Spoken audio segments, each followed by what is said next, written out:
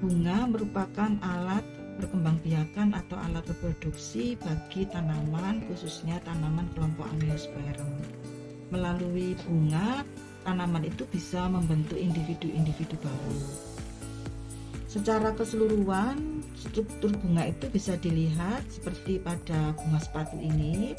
Bunga ini muncul dari meristem ketiak di sini. Ini posisi ini aksiler ya. Aksiler itu ketiak, meristem yang terdapat di antara ini daun dengan batang. Nah, jadi di sini ada meristem. Meristem ini yang termodifikasi membentuk bunga.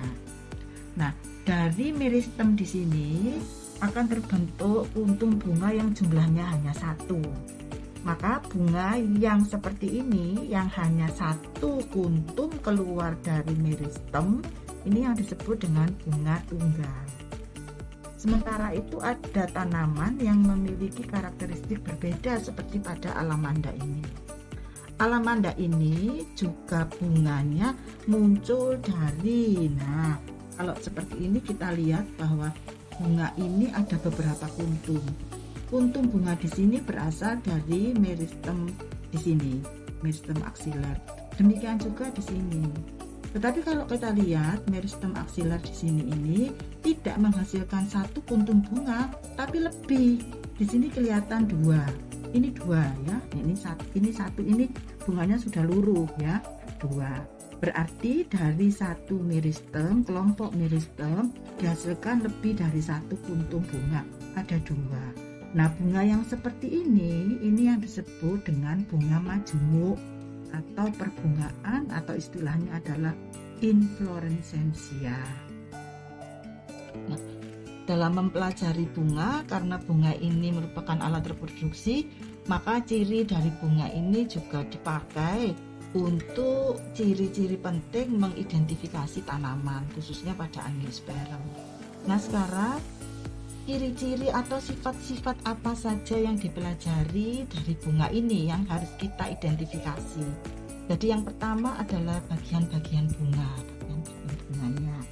Jadi bunga itu memiliki bagian-bagian yang semua bagian-bagiannya ini dulunya dari nenek moyangnya itu berkembang dari daun. Nah, sekarang kita pelajari dulu, kita lihat dulu bagian-bagian bunga, karena Anda nanti juga harus mengamati ya, untuk belajar bagaimana nenek moyangnya berevolusi. Nanti kita akan ada tayangan lain.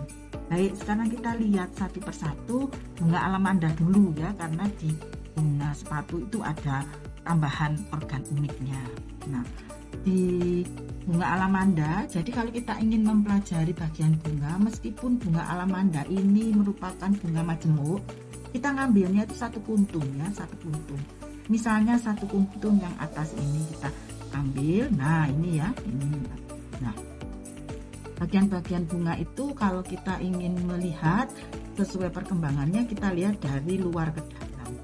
Nah, bagian luar ini yang kita sebut dengan kelopak. Nah, kelopak atau kalik. Kalau kita menyebut kelopak atau kalik, maka kita mengacu pada semuanya. Bagian-bagian daun yang kecil-kecil ini yang jumlahnya 1, 2, 3, 4, 5 secara keseluruhan disebut kelopak.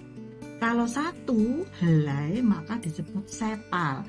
Jadi sepal itu unit yang menyusun kaliks. Jadi sepal itu daun kelopak. Jadi ini kaliksnya dibangun dari 5 sepal. Nah, ini organ terluar.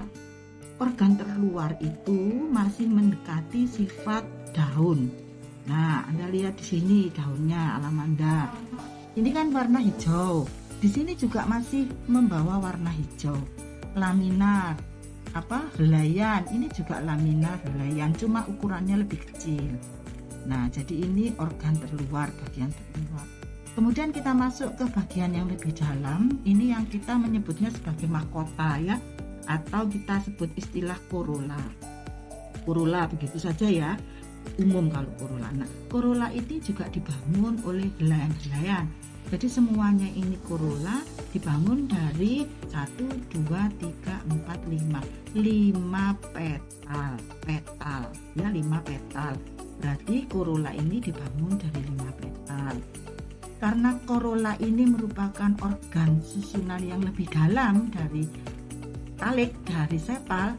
Nah, di sini sudah ada modifikasi yang lebih jauh. Jadi kalau tadi sepal, kalik itu masih sama dengan daun, hijau, helaian, maka di sini helaiannya tetap helaian, namun warna hijaunya sudah berkurang, bergradasi. Apa modifikasinya bertambah? Warnanya sudah tidak lagi hijau. Kemudian strukturnya di sini kalau alamanda ini antara petal ini berlekatan, ini melekat. Jadi kan ini lepas, ini ujungnya ya. Tapi dari bawah ini kan berlekatan sampai membentuk tabung. Jadi misalnya kalau kita lihat panjangnya dari sini sampai ke ujung atas, dari sini basal sampai atas, kira-kira yang lepas itu hanya sepertiga atau seperempat. Ya, kalau panjangnya sekian, lalu separuhnya sekian, seperempatnya sakmene sekian. Nah, seperempat ini lepas, yang 3/4 berlekatan. Nah, ini pada alamanda. Nanti pada tanaman lain ada variasi lagi. Nah, jadi ini bagian kedua. Bagian ketiga, pada tanaman ini harus kita kupas, harus kita sobek. Ya, kita sobek untuk kita lihat bagian dalamnya. Nah, kalau Anda mengamati harus begini. Nah, ini ya, kita sobek. Terus kita lihat sampai ke dalam. Nah, ini terus karena ini masih bagian dari corolla yang berbentuk tabung, sobek. Tuang. Nah, setelah kita kupas, kita belah begini, baru kelihatan bagian dalamnya. Nah, bagian dalamnya. Setelah bagian kedua yaitu corolla, maka bagian yang lebih dalam lagi itu adalah, kalau kita menyebut dalam bahasa Indonesia itu benang sari atau istilahnya apa, benang sari stamen. Nah, stamennya yang mana? Benang sarinya yang di sini ini. Nah, jadi benang sarinya alamanda ini melekat pada petal, Kemudian setelah benang sari, di sini ada kepala sari, ada tangkainya pendek, melekat pada petal, duduk pada petal, sehingga tidak ada tangkai yang berayun-ayun gitu, enggak, ini duduk. Nah, kemudian bagian paling dalam lagi ini adalah putik.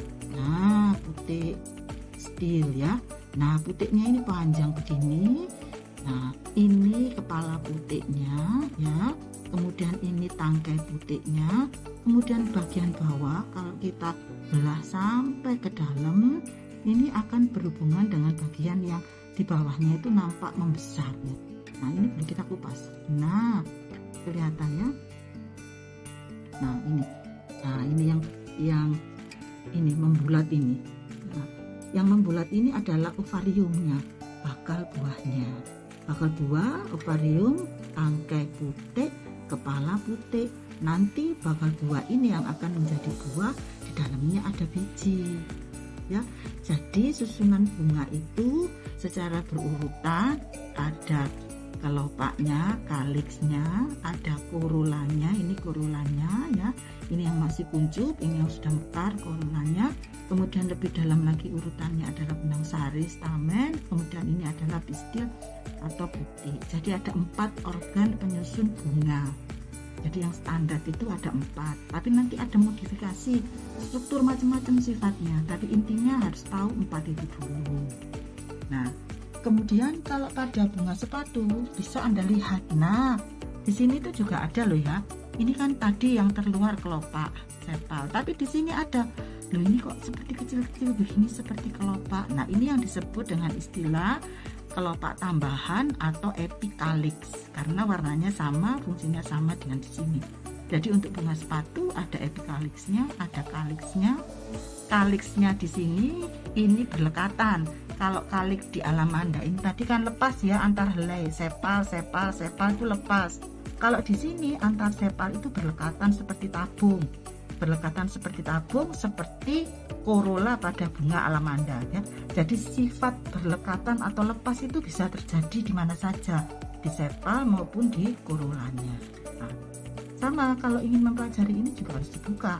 Nah, jadi harus punya bunga yang agak banyak, terus untuk dibuka satu persatu. Nah, kalau ini kita buka, maka kita akan melihat 5 ya. Di sini ada 5. Nah, ini 5 petal. 5 petal menyusun corolla.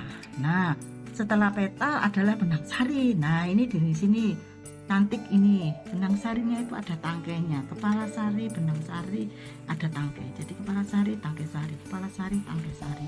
Terus tangkai sarinya itu banyak, karena benang sarinya banyak, tapi dia akhirnya melekat jadi satu, membentuk organ yang warnanya merah seperti tabung ini. Jadi yang tabung panjang ini sebetulnya tangkai sari yang berlekatan ya. Jadi kalau kita ingin buka lagi di dalamnya, kita lihat di bagian atasnya ini ada, nah ini kepala putih seperti pada alamanda yang di sini tadi yang hijau tadi. Nah, sebentar. Nah, ini ya kan, ini kan kepala putih alamanda satu kelihatannya.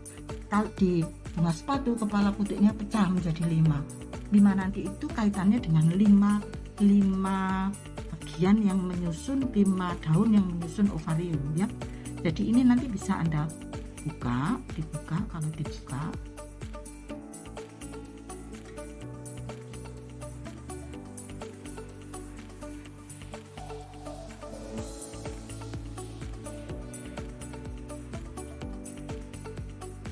nah ini akan kelihatan yang kalau kita buka, kita akan menemukan satu benang warna putih di tengahnya.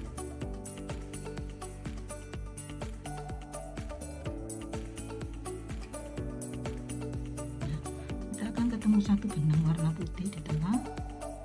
Nah, ini dia. Nah, ini halus benang putih ini menghubungkan ke, nah ini kan lepas ya. Nah, ini adalah, nah gimana ini kelihatan ya kalau kita backgroundnya hitam, kelihatan kok ya. Nah ini adalah kepala putih, ini tangkai putihnya panjang. Kalau kita ikuti nanti dia akan bermuara pada bagian yang struktur yang patah ya. Di dalamnya itu nanti ada struktur yang seperti bulatan, membulat ya. Nah ini. Nah ini sisa tadi ya yang patah, ini tangkai putih ya, ini patah tadi kan, ini kan yang patah. Nah gandeng di sini kan, ini kepala putih, ini tangkai putih, nanti ini gandeng yang di sini, ini yang patah ini gitu. Nah ini dijejerkan ya, disatukan. Terus ini adalah bakal buahnya. Nah jadi bakal buah ini merupakan organ reproduksi yang betina, di dalamnya ada ovarium ya. Kalau yang di sini ini organ reproduksi yang jantan, karena nanti akan menghasilkan serbuk sari. Nah, jadi secara prinsip bagian bunga itu ya hanya 4 itu saja. Tapi nanti ada beberapa modifikasi. Nah, kita lanjutkan terkait dengan bagian-bagian penyusun bunga. Tadi kan kita sudah melihat bahwa bunga itu tersusun dari 4 bagian ya, yang terluar kalik, kelopak, ini, kemudian corolla, dan di dalamnya yang seperti tadi sudah ada benang sari dan putih ya, atau stamen dan pistil. Sama halnya ini juga, bunga ini juga 4. Ini kalik, bu kaliknya nggak kelihatan. Iya memang kaliknya kecil, tapi ini kalik ya. Kalik, kemudian ini, nah mahkota corolla, kemudian di dalamnya ada benang sari, stamen di sini kecil-kecil ini banyak, bisa dilepas. Kemudian ini adalah putihnya di sini ya. Jadi ini 4. Tetapi pada bunga yang lain kita tidak menemukan adanya kalik dan corolla ya. Jadi begini, kalau kapan kita menemukan kalik dan corolla? Kalau pada bunga itu ada kalik kelopak, mesti ada corollanya. Kalau ada corolla, mesti ada kaliknya. Nah, pada bunga tertentu seperti pada bunga ini bunga kantil ya, gading ini ya. Ini bunganya seperti ini, nutup. Nah, sekarang kalau kita mau mengidentifikasi mana kalik, mana corolla, ini kesulitan. Misalnya saudara akan mengatakan, Bu ini corolla karena warnanya kuning misalnya. Nah sekarang ditanya, kalau ada corolla harus ada kaliknya. Kaliknya mana? Kaliknya tidak terbentuk. Nah kalau begitu, bunga yang seperti ini, bagian ini tidak bisa kita sebut corolla karena tidak ada kaliknya. Jadi kalik dan corolla itu ada bersama-sama, partner, dia itu pasangan. Kalau tidak ada, maka bagian bunga ini kan bagian bunga yang steril. Sama dengan kalik, corolla ini steril, tidak menghasilkan gamet, tidak menghasilkan sperma maupun ovum. Ini juga demikian, bagian bunga yang steril. Kalau pada bunga, bila ditemukan bagian yang steril itu tidak teridentifikasi, tidak ada kalik dan corollanya, maka ini yang disebut dengan tenda bunga. Tenda bunga atau perigonium. Nah, tenda bunga ini semuanya ini disebut tenda bunga semuanya. Tapi kalau satu lepas, ini namanya adalah tepal. Tepal atau tepala kalau banyak ya. Nah, ini tepal. Ini tepal. Jadi banyak tepalnya itu. Ukurannya tidak sama karena mereka duduk pada lingkaran yang berbeda. Nah, kalau kita buka semuanya, nah semuanya ini terdiri dari tepal karena tidak punya kelopak ya, tidak punya kelopak betul.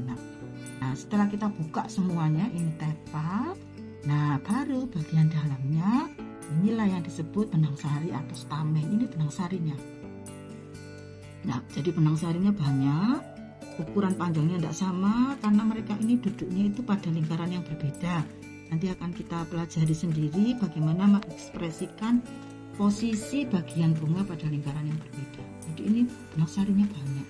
Kalau benang sari ini kita buka semuanya, nah kita buka semuanya, maka yang tertinggal di sini adalah putik. Putik ini distilnya putik. Nah, putiknya kalau pada alamanda maupun pada bunga sepatu tadi kita melihat putiknya itu ovariumnya bakal buahnya itu satu membulat. Kalau ini tidak, putiknya itu banyak, 1, 2, 3, banyak sekali jumlahnya sehingga disebut juga ini. Nah, kinesium yang apokarpi ya. Apokarp itu kinesium yang berdiri sendiri-sendiri, lepas. Jadi kinesiumnya itu berdiri sendiri. Jadi ini satu putik buahnya tersusun pada posisi spiral. Ini kan kelihatan ya posisi spiralnya itu ya.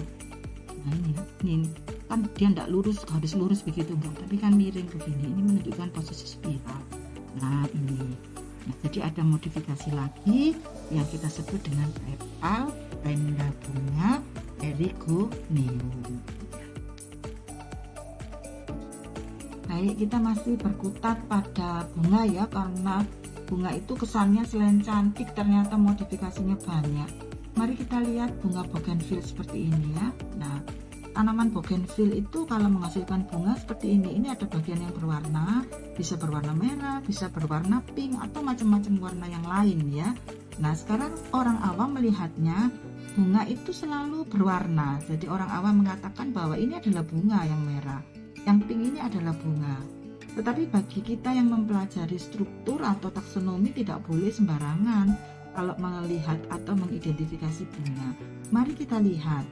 Sekarang bagian yang merah ini kalau kita buka, nah yuk kita buka tiga ini ya. Jadi ini ada tiga, ada tiga, 1, 2, 3. Jadi 3 helaian yang berwarna merah. Kemudian kalau kita tarik yang berwarna merah itu, nah kemudian di sini ada kuntum kecil yang berwarna merah. Kuntum kecil ini berwarna merah. Kalau kita lihat nanti di bawah mikroskop makro mikroskop, bagian yang kecil ini memiliki bagian yang disebut bagian-bagian bunga. Jadi bunganya itu sebetulnya yang kecil ini. Ini bunga. Kemudian yang berwarna merah ini bukan bunga. Kalau ini bukan bunga, apa? Itu kan yang kita pikirkan ya. Kita lihat bagian yang merah ini hanya satu helai seperti helaian daun. Seperti helaian daun ini, satu helai, terus bunganya nempel di sini. Berarti ini yang berwarna merah ini bukan bunga, tapi ini daun pelindung atau brakte. Ya, daun pelindung atau brakte, di mana daun pelindungnya ini sudah memiliki sudah terspesialisasi ya, warnanya sudah menjadi merah. Jadi ini bukan bunga, ini daun pelindung. Berarti dalam satu kuntum dari satu satu meristem ini meristem aksiler ketiak pada bougainville itu akan keluar banyak bunga, 1, 2, 3 tiap percabangan. 1 ini juga begitu, 1, 2 dan 3. Jadi ada 3 kuntum bunga yang masing-masing memiliki 1 brakte atau daun pelindung. Berarti pada bougainville ini bukan bunga tunggal. Ingat, satu kelompok meristem atau satu meristem menghasilkan lebih dari 1 kuntum bunga. Di sini ada 6. Maka ini disebut dengan perbungaan atau inflorescensia. Tapi strukturnya unik, tidak sama dengan alamanda tadi. Nanti kita akan belajar terkait macam-macam variasi percabangan pada bunga majemuk. Nah, jadi ini adalah brakte. Demikian juga yang berwarna pink ini. Yang pink ini juga bukan bunganya, tapi pink ini adalah brakte. Pink ini adalah brakte, daun pelindungnya. Nah, jadi mulai sekarang jangan terkecoh, tidak selalu yang berwarna itu adalah bunga. Definisi bunga harus dipenuhi, yaitu bunga terdiri dari bagian-bagian yang tersusun melingkar, ya.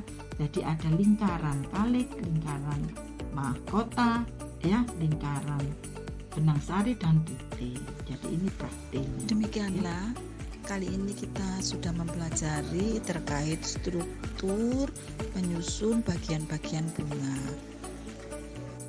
Kali ini saya cukupkan panduan ini sampai di sini.